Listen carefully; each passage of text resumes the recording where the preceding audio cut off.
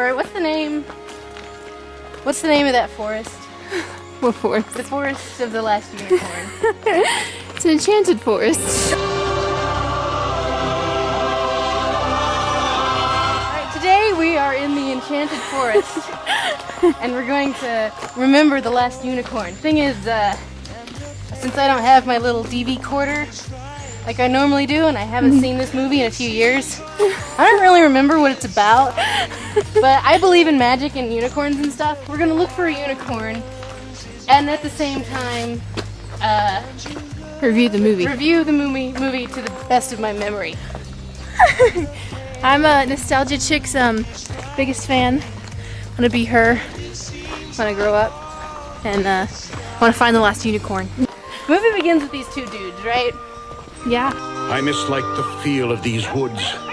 Creatures that live in a unicorn's forest learn a little magic of their own in time. Not unlike ourselves, and they're like they're basically being like philosophical or something. And why do the leaves never fall here? Or the snow? Why is it always spring here? No, they're like, why is it always spring here? And the dude's like, wait, I never thought of that. I guess it is always spring here. I'm really dense. I never noticed. Stay where you are, poor beast. This is no world for you. And then there's a song.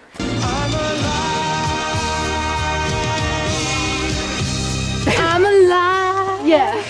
They did a bunch of songs for this movie. I'm gonna fall. And they also did A Horse with No Name.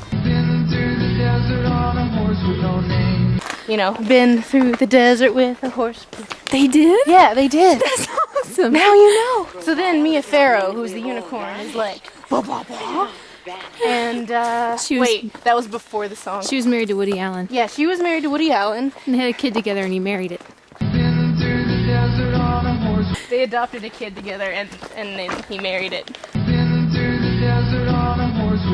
And then there's a butterfly. Sudden high boys, show them how we. He sings a lot of songs, that butterfly. Has anybody here seen Kelly? Has anybody here seen Carrie? Carrie, like the Brian De Palma movie. Yeah. He tells her about this Red Bull because he spouts a bunch of bullshit, but some of it's actually true. And for some reason, she believes a bit about the Red Bull. I don't know why. She's like, oh, there's a bunch of unicorns got chased into the Red Sea or something by the Red Bull. That makes sense. I'm gonna go find them. So she does. And then what happens? Oh right, Angela Lansbury. Okay, so Angela Lansbury shows up, and she's like evil-ish. No, she's not evil. She's complex. Yeah, she's got the magic in her. She traps the unicorn Yeah, she traps her. while she's sleeping. And I think it's an ego thing because like her rationale is I held you! yeah, exactly. I held you! Because she's got like all these like saggy-titted beasts that don't do anything really. Okay, so then she meets this big nose guy, Schmendrick. Schmendrick. Yeah. It's Alan Arkin. Alan Arkin. all Alan people. Arkin, Alan Arkin. who was later nominated for an Academy Award in his performance in Little Miss Sunshine. He was? Yes, he was. Oh, I forgot he was in that. So he's the sidekick. I'm getting hot. That's what she said. So this harpy breaks free. No, the unicorn lets it go. Oh yeah. The unicorn lets everything go. The harpy gets let go by the unicorn because the unicorn's kind of stupid. Set me free. We are sisters, you and I. I mean, they got like this weird unicorn logic. It's Mia Farrow. Yeah, and then there's she married Woody Allen for Christ's sake. And there's later unicorn logic like, you mustn't run from anything immortal, it attracts their attention. You must never run from anything immortal. It attracts their attention. Because, you know, like if you run from a bear, it's not going to attract its attention because the bear is mortal. They find these people. They're like, With Molly I don't know, Ringwald or something. Molly Gru. Molly Gru. Yeah. She's actually kind of awesome because she's like one of those rare instances where you get a female character in a kid's movie who's not a love interest. And also not like the wackiness. You know, she's damaged. She's very damaged. She's mad at the unicorn because the unicorn didn't come to her when she was a kid, you know? And she was a virgin. When she was a virgin, rather. Okay, yeah. I'm sorry, that matters. Virgin. You know, about halfway through the movie, we get to King Haggard's palace. They tied him up to the tree. Oh! The tree of boobies! Oh, The tree! I love you! I love you. I love you. Love, love, love, love, love, love, love. Alright, I love you! now I do think that this is like one of the better, if not the best things that Rankin and Bass did. Peter S. Beagle wrote the book, right? And he also, I think he wrote the screenplay, I could be wrong. He also wrote the screenplay for the 1977-ish version of The Lord of the Rings, which was terrible! I will keep the color of your eyes when no other in the world remembers your name. There's just like 7 miles of what the hell. So, we're anthropomorphizing trees in a sexy way. Then we finally get to that castle. And we're about halfway through the movie at this point. So they get to the castle and, She becomes a woman. yeah, well, okay, yeah, so no, they find the Red Bull, and she's like, oh my fuck, that butterfly was right, what are the odds?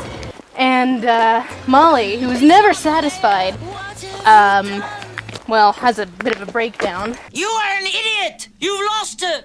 You've trapped her in a human body! And he's like, what? You said save her, so I did. Okay, so she is like, not happy. She doesn't want to be human.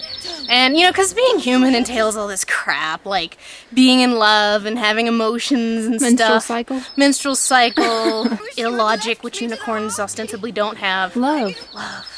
I think it's tied in with illogic. I don't know. They go into the castle, and, there's Christopher Lee as the king. I am King Haggard. He has the same voice in 1984 or whatever as he does today. And it did in 1963 for that matter. But, so Christopher Lee is there, and his son, who's played by Jeff Daniels? Jeff Bridges? Jeff Bridges. Hello. She didn't know where the unicorns were. The part in the castle is like the dullest part in the movie, because basically she... Oh, Jesus. Now that I'm a woman, everything is strange. Everything is changed. So she just, like, basically, like, sits around. Now that I'm a woman, And she mopes the whole time, and of course no one, you know, everybody loves a mopey girl who's cold and inaccessible. So, She has white hair, though. yeah, Jeff Bridges falls in love with her, and God, she's such an anime character. Like, she even has a dot on her forehead, like the goddamn Sailor Moon cat. Shit happens, there's a pirate cat that goes, arr. Oh, purr. Oh, purr. That feels mighty nice. So this is basically the extraneous crap portion of the movie, which, you know, I like, because you actually get to develop Molly, and Molly is, like, far and away the most interesting character in the movie. Then they get to this skeleton dude. Come on! Who's, He wants wine. He wants wine. And basically, he just wants a placebo, because he's like, it's not the wine itself, it's the memory of the wine. But I remember. And everyone's like, wow. Basically, what they need to do is figure out where the Red Bull's lair is. So the skeleton tells him, and then he rats on him. Unicorn! Unicorn! Unicorn! Unicorn! Unicorn! Everything is changing. Like, now that I'm a woman, swear to Christ, one of the worst songs in a movie. Like, it's up there with Marry the Mole. was so long ago. I was long ago. You go down through that clock, and as the skeleton is telling on them, because he's a fucker, and they get down there, and she's realized she's fallen in love with Jeff Bridges. Why? Because he kills things. And she doesn't want to be a unicorn king, 'cause she's found love. And, you know, everybody loves love, right? And Schmendrick, once again, does not listen to her and turns her back into a unicorn. Then battle scene commences, and love interest goes down. And someone has a dramatic no, I don't remember who. But she has regret now. Yeah, well, she didn't like that, you know, because she's in love with this guy, but he's dead and she's a unicorn. It just wouldn't work.